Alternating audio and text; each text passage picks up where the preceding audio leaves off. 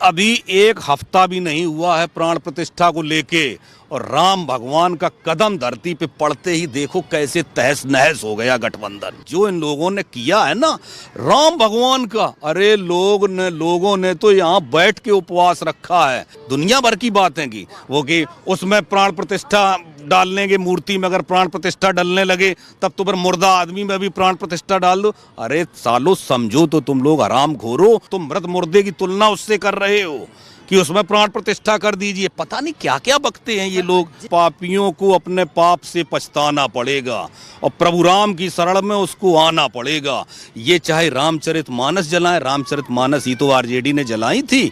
चंद्रशेखर ने राम को ही तो गालियां दी थी, स्वामी प्रसाद राम को ही तो गालियां दे रहा है। तभी देखिए इनके क्या हाल हो रहे हैं। खरपतवार हैं ये लोग, इन्हें देश की जनता को ऐसे ही उखाड़ना पड़ेगा। किस तरह से देखते हैं जिस तरह से ये गठबंधन बिखर गया है, इनके जो है पूरे के मंसूबे जो है बिखर गए हैं, क्या लगता है आपको? 70 के दशक में एक बहुत ही फेमस गाना था, अगर आप लोगों ने सुना हो, कि मैं मैके चली जाऊंगी तुम देखते रहियो। तो वही हो रहा है भाजपा और आरजेडी के साथ कि नीतीश कुमार हर बार यही करते हैं कि मैं मैके चली जाऊंगी तुम देखते रहियो, और एक बार फिर वो मैके चला गया। लेकिन मैं एक अपनी पर्सनल ओपिनियन, पर्सनल क्या, मैं तो बात करता रहता हूं लोगों से, मैं आपको इस बारे में बताना चाहता हूं कि भाजपा ने ये फैसला जरूर लिया है उनको साथ लेने का, लेकिन आम जनता, खास तौर पे बिहार की जनता इस चीज से खुश नहीं है। बिहार की जनता बिल्कुल नहीं चाहती है कि इस तरह के आदमी को वापस लिया जाए, क्योंकि आप देखिए जब कोरोना काल के, इतने ज़बरदस्त कोरोना काल की एंटी इनकम्बेंसी में नीतीश कुमार और भारतीय जनता पार्टी ने मिलकर सरकार बनाई थी उस एंटी इनकम्बेंसी में, और जब ये भाजपा को छोड़ के तेजस्वी के साथ गया था नीतीश कुमार, तो बहुत भावनाएं आहत हुई थी वहाँ भाजपा कार्यकर्ताओं की। तो कहने का मतलब ये कि पब्लिकली ये ठीक नहीं पब्लिक को लग रहा है, और उसका कारण ये है कि ये भरोसा नहीं है कि ये कब फिर पलट जाए। इसका ये भरोसा नहीं है कि ये कब पलट जाए। सब लोग जानते हैं कभी भी, अब जब इसने देखा कि हमें गठबंधन में कुछ मिल नहीं रहा, ना संयोजक का पद मिला, वहाँ पे सपने देखे थे प्रधानमंत्री के, वहाँ भी नहीं पहुँचने का कुछ चांस दिख रहा है, और सारा गठबंधन होने के बाद टीवी के सारे सर्वे दिखा रहे हैं कि फिर भी 400 प्लस पहुंच रही है भारतीय जनता पार्टी। तो हालांकि देखो भाजपा नेतृत्व जो भी फैसला लेता है वो एक अलग बात है, लेकिन आदमी कुल मिला के ठीक नहीं। हाँ, दो क्वालिटी जरूर उसकी अच्छी हैं जो विपक्षी नेताओं से नहीं मिलती हैं। एक, नीतीश कुमार ईमानदार है, दूसरा उसके पीछे परिवार नहीं है, परिवारवादी नहीं है। दो चीज़ें अच्छी हैं और मोदी इन दो चीज़ों से थोड़ा प्रभावित रहते हैं। आप सभी लोग मोदी को जानते हैं बहुत अच्छी तरीके से। दूसरे, ये तो हो गई बिहार की बात, वहाँ तो खेला होवे, बंगाल वाली बहुत बोलती थी खेला होवे, हो गया खेला बिहार में भी। और आप देख लिए दूसरे, धोखा किसने दिया राहुल गांधी को? ममता बनर्जी ने। ममता बनर्जी ने, अगर आपको रिपोर्ट हो, कल जिस रूट पे राहुल गांधी की न्याय यात्रा चल रही थी उस रूट को बैंड कर दिया, रोक दिया उस रूट को। आप ये बताइए कि यही सेम काम तो हेमंता बिस्व शर्मा ने किया था आसाम में। तो इन लोगों ने कितना रोना रोया था इस चीज को लेके कि वो ये कर रहे हैं, परेशान कर रहे हैं, न्याय यात्रा नहीं निकलने दे रहे, ये वो। अब ममता बनर्जी ने देखो न्याय यात्रा बदल दी, तो अब चुपचाप बदल गई, किसी को पता भी नहीं चला, और बिहार का तो कार्यक्रम ही रद्द हो गया फिलहाल न्याय यात्रा का। अब तीसरी जगह रह गई कौन? केजरीवाल का आपको पता ही चल गया होगा कि पंजाब में तो उसने मना कर दिया, सारी सीटों पे लड़ेंगे, गोवा में सारी सीटों पे लड़ेंगे, ठीक है ना, और दिल्ली में अभी तक बात चल ही रही है। चुनाव आचार संहिता लगने वाली है, महीना 15 दिन में इनकी अभी जो है सीट शेयरिंग और ये सब चल ही रहा है। तो आप याद करिए, मैंने पहले भी कहा था ये गठबंधन कभी नहीं बन पाएगा, बेमेल है। देखो जब चोर चोरी करके आते हैं, किसी के घर में डकैती डाल के आते हैं, तो वो जरूर आपस में हिस्सा बांट को लेके लड़ते हैं। हमें बचपन में ये कहानी सुनाई गई जब हम स्कूल में पढ़ते थे कि 4 चोरी करके आए, अब उसमें लड़ाई, अच्छे से बड़ी साफ सफाई से चोरी करके आ गए, लेकिन बंटवारा को लेके लड़ाई हो गई, और इतनी तेज तेज से लड़ाई होने लगी, पुलिस आई, सबको पकड़ ले गई और अंदर कर दिया। यही इनका हाल हुआ। तो गठबंधन का तो यही हस्र होना था, और नीतीश कुमार बहुत अच्छे से समझ गया था कि हम पूरी तरह से गठबंधन अगर कर भी लेंगे 10-20 सीटों पे असर डाल सकते हैं। आना मोदी को ही है, हमें कुछ नहीं मिलना है। बिहार में हम तेजस्वी को बिठा देंगे, ऊपर हम खत्म हो जाएंगे, तो फिर हम करेंगे क्या? हमारे पास तबला बजाने के अलावा और कोई काम नहीं रह जाएगा। तो इसमें भाजपा की कोई मजबूरी नहीं है, जो मजबूरी है नीतीश कुमार की है। आप देख रहे हो अराजकता चरम सीमा पे पहुंच गई है। जहां देखो वही आरजेडी के गुंडे, कहीं मारकाट हो रही है, इसे मारा उसे मारा, मर्डर हो रहे, सरेआम तमंचे चल रहे। वही जैसे अपना यहाँ पे होता है कि जब कोई बात आती है तो सपा के गुंडे हैं। तो ये आरजेडी हो या समाजवादी पार्टी हो, ये सिर्फ गुंडों से निर्मित हुई पार्टी है।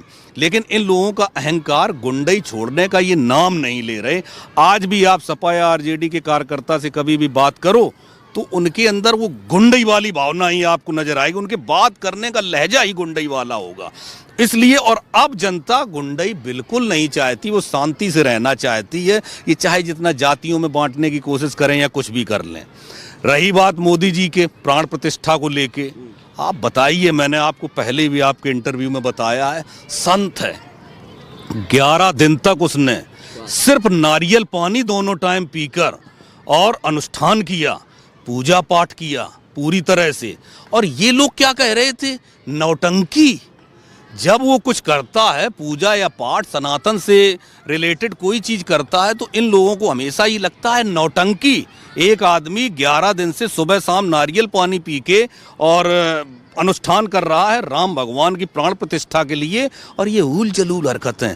मैं आपको बता रहा हूं, देख लीजिए आप, कि अभी 1 हफ्ता भी नहीं हुआ है प्राण प्रतिष्ठा को लेके, और राम भगवान का कदम धरती पे पड़ते ही देखो कैसे तहस नहस हो गया गठबंधन। अभी आप देख लीजिए चुनावों तक क्या हाल होगा इनका, जो इन लोगों ने किया है ना राम भगवान का। अरे लोगों ने तो यहाँ बैठ के उपवास रखा है, हमने स्वयं 7 दिन का उपवास रखा है। ये समझ लीजिए, स्वयं, और जमीन में लेटे पूरा उपवास रखा, फलाहार करके हम स्वयं 7 दिन। मैं खैर एक अपना एग्जाम्पल नहीं देता हूँ, हमारे जैसे करोड़ों लोग हैं जिन्होंने रह के, इन्हें निमंत्रण मिला तब इन्होंने ठुकराया। और केवल ठुकराया ही हो वो नहीं, उल जलूल बातें की, दुनिया भर की बातें की। वो कि उसमें प्राण प्रतिष्ठा डालने के, मूर्ति में अगर प्राण प्रतिष्ठा डालने लगे तब तो फिर मुर्दा आदमी में भी प्राण प्रतिष्ठा डाल दो। अरे सालो, समझो तो तुम लोग हराम खोरो, वो भगवान राम की मूर्ति है और तुम मृत मुर्दे की तुलना उससे कर रहे हो कि उसमें प्राण प्रतिष्ठा कर दीजिए। पता नहीं क्या क्या बकते हैं ये लोग। जिस तरह से आपने देखा होगा, कांग्रेस के बड़े नेता हैं प्रमोद कृष्ण जी, आचार्य प्रमोद कृष्ण, उन्होंने भी बोला कि आपने जो है अपने इस पार्टी के नेताओं को और सभी को उन्होंने ये इंडिकेट किया कि आपने भगवान श्री राम का निमंत्रण ठुकवा करके ये स्थिति जो हो रही है, उन्होंने भी उनको जो दोष ठहराया। यही तो मैं आपको बता रहा हूं, उन्होंने बोला था कि इनको हो क्या गया है। उसने तो संज्ञादेव प्रबोध कृष्णम का आप नाम ले रहे हो, उसने तो कहा था कि तो विक्रम बेताल वाली कहानी चल रही है, विक्रम बेताल वाली कांग्रेस के अंदर चल रही है कि वो बार बार अपना आके कंधे पे बैठा और फिर जाके वहां पे छोड़ आए, जाके पेड़ पे लटक रहा बेताल, फिर विक्रम ने उठाया फिर यहाँ डाला, ये चीज चल रही है। तो कहने का मतलब ये है कि उसी का श्राप है।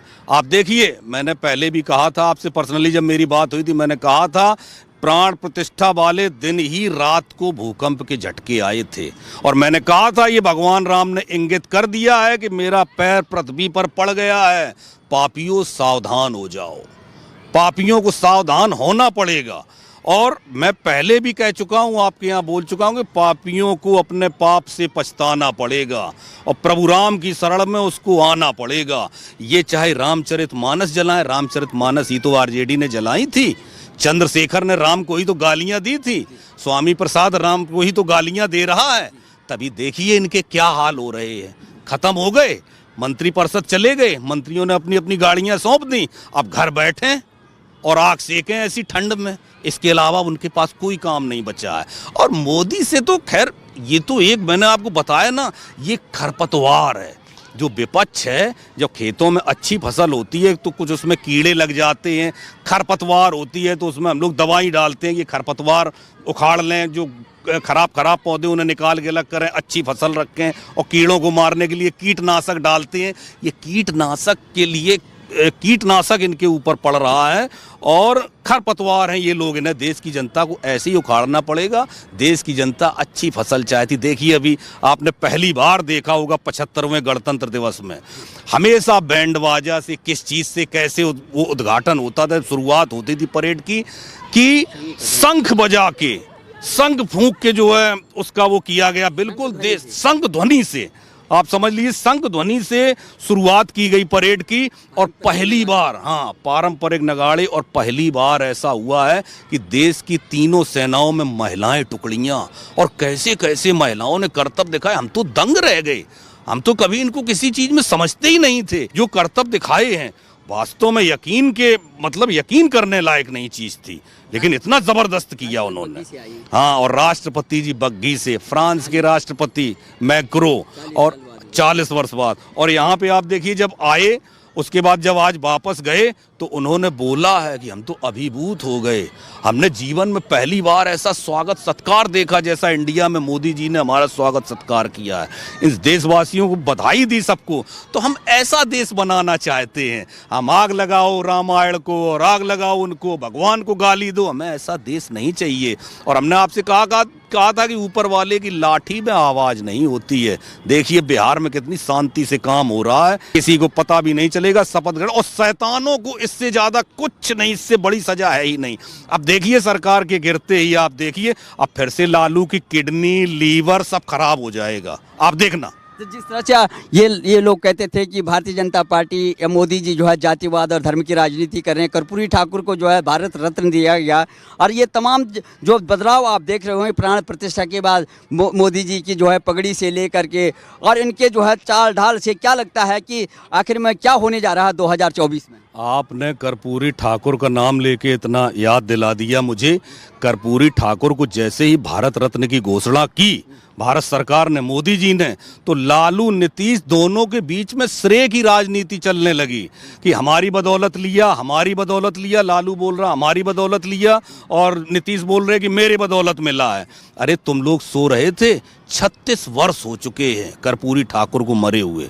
36 साल में अभी ये 9 वर्षों में मोदी जी का शासन है, तुम कह सकते हो। उससे पहले 25 साल तक तुम ही लोगों का राज था।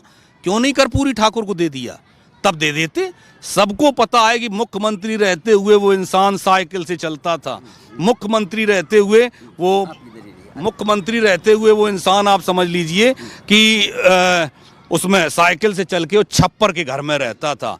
कोई एक जमीन का टुकड़ा नहीं है, उसके परिवार का कोई आदमी राजनीति में नहीं है। ऐसे लोगों ने देश के लिए योगदान दिया, तो वो भारत रत्न के नहीं है। और कौन भारत रत्न का? कांग्रेस है भारत रत्न की।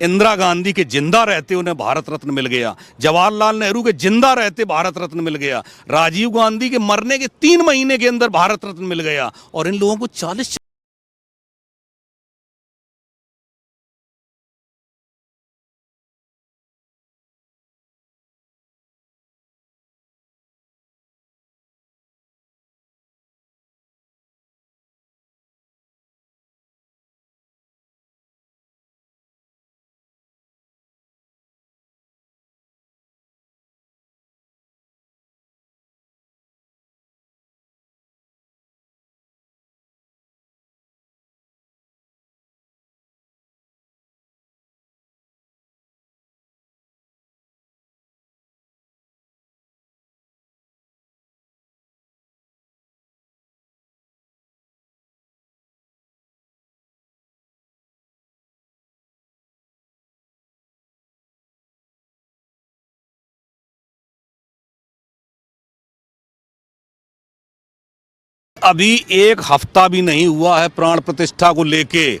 और राम भगवान का कदम धरती पे पड़ते ही देखो कैसे तहस नहस हो गया गठबंधन। जो इन लोगों ने किया है ना राम भगवान का, अरे लोगों ने तो यहाँ बैठ के उपवास रखा है। दुनिया भर की बातें की वो कि उसमें प्राण प्रतिष्ठा डालने की मूर्ति में अगर प्राण प्रतिष्ठा डालने लगे तब तो फिर मुर्दा आदमी में भी प्राण प्रतिष्ठा डाल दो। अरे सालो समझो तो तुम लोग हराम खोरो, तुम मृत मुर्दे की तुलना उससे कर रहे हो। कि उसमें प्राण प्रतिष्ठा कर दीजिए। पता नहीं क्या क्या बकते हैं ये लोग। पापियों को अपने पाप से पछताना पड़ेगा और प्रभु राम की शरण में उसको आना पड़ेगा। ये चाहे रामचरितमानस जलाएं, रामचरितमानस ही तो आरजेडी ने जलाई थी। चंद्रशेखर ने राम को ही तो गालियां दी थी। स्वामी प्रसाद राम को ही तो गालियां दे रहा है। तभी देखिए इनके क्या हाल हो रहे हैं। खरपतवार हैं ये लोग, इन्हें देश की जनता को ऐसे ही उखाड़ना पड़ेगा। किस तरह से देखते हैं जिस तरह से ये गठबंधन बिखर गया है, इनके जो है पूरे के मंसूबे जो है बिखर गए हैं, क्या लगता है आपको? 70 के दशक में एक बहुत ही फेमस गाना था, अगर आप लोगों ने सुना हो, कि मैं मैके चली जाऊंगी तुम देखते रहियो। तो वही हो रहा है भाजपा और आरजेडी के साथ, कि नीतीश कुमार हर बार यही करते हैं कि मैं मैके चली जाऊंगी तुम देखते रहियो, और एक बार फिर वो मैके चला गया। लेकिन मैं एक अपनी पर्सनल ओपिनियन, पर्सनल क्या, मैं तो बात करता रहता हूं लोगों से, मैं आपको इस बारे में बताना चाहता हूं कि भाजपा ने ये फैसला जरूर लिया है उनको साथ लेने का, लेकिन आम जनता, खास तौर पे बिहार की जनता इस चीज से खुश नहीं है। बिहार की जनता बिल्कुल नहीं चाहती है कि इस तरह के आदमी को वापस लिया जाए, क्योंकि आप देखिए जब कोरोना काल के, इतने ज़बरदस्त कोरोना काल की एंटी इनकम्बेंसी में नीतीश कुमार और भारतीय जनता पार्टी ने मिलकर सरकार बनाई थी उस एंटी इनकम्बेंसी में, और जब ये भाजपा को छोड़ के तेजस्वी के साथ गया था नीतीश कुमार, तो बहुत भावनाएं आहत हुई थी वहाँ भाजपा कार्यकर्ताओं की। तो कहने का मतलब ये कि पब्लिकली ये ठीक नहीं पब्लिक को लग रहा है, और उसका कारण ये है कि ये भरोसा नहीं है कि ये कब फिर पलट जाए। इसका ये भरोसा नहीं है कि ये कब पलट जाए। सब लोग जानते हैं कभी भी, अब जब इसने देखा कि हमें गठबंधन में कुछ मिल नहीं रहा, ना संयोजक का पद मिला, वहाँ पे सपने देखे थे प्रधानमंत्री के, वहाँ भी नहीं पहुँचने का कुछ चांस दिख रहा है, और सारा गठबंधन होने के बाद टीवी के सारे सर्वे दिखा रहे हैं कि फिर भी 400 प्लस पहुंच रही है भारतीय जनता पार्टी। तो हालांकि देखो, भाजपा नेतृत्व जो भी फैसला लेता है वो एक अलग बात है, लेकिन आदमी कुल मिला के ठीक नहीं। हाँ, दो क्वालिटी जरूर उसकी अच्छी हैं जो विपक्षी नेताओं से नहीं मिलती हैं। एक, नीतीश कुमार ईमानदार है, दूसरा उसके पीछे परिवार नहीं है, परिवारवादी नहीं है। दो चीज़ें अच्छी हैं, और मोदी इन दो चीज़ों से थोड़ा प्रभावित रहते हैं। आप सभी लोग मोदी को जानते हैं बहुत अच्छी तरीके से। दूसरे, ये तो हो गई बिहार की बात, वहाँ तो खेला होवे, बंगाल वाली बहुत बोलती थी खेला होवे, हो गया खेला बिहार में भी। और आप देख लिए दूसरे, धोखा किसने दिया राहुल गांधी को? ममता बनर्जी ने। ममता बनर्जी ने, अगर आपको रिपोर्ट हो, कल जिस रूट पे राहुल गांधी की न्याय यात्रा चल रही थी उस रूट को बैंड कर दिया, रोक दिया उस रूट को। आप ये बताइए कि यही सेम काम तो हेमंता बिस्व शर्मा ने किया था आसाम में। तो इन लोगों ने कितना रोना रोया था इस चीज को लेके कि वो ये कर रहे हैं, परेशान कर रहे हैं, न्याय यात्रा नहीं निकलने दे रहे, ये वो। अब ममता बनर्जी ने देखो न्याय यात्रा बदल दी, तो अब चुपचाप बदल गई, किसी को पता भी नहीं चला, और बिहार का तो कार्यक्रम ही रद्द हो गया फिलहाल न्याय यात्रा का। अब तीसरी जगह रह गई कौन? केजरीवाल का आपको पता ही चल गया होगा कि पंजाब में तो उसने मना कर दिया, सारी सीटों पे लड़ेंगे, गोवा में सारी सीटों पे लड़ेंगे, ठीक है ना, और दिल्ली में अभी तक बात चल ही रही है। चुनाव आचार संहिता लगने वाली है, महीना 15 दिन में इनकी अभी जो है सीट शेयरिंग और ये सब चल ही रहा है। तो आप याद करिए, मैंने पहले भी कहा था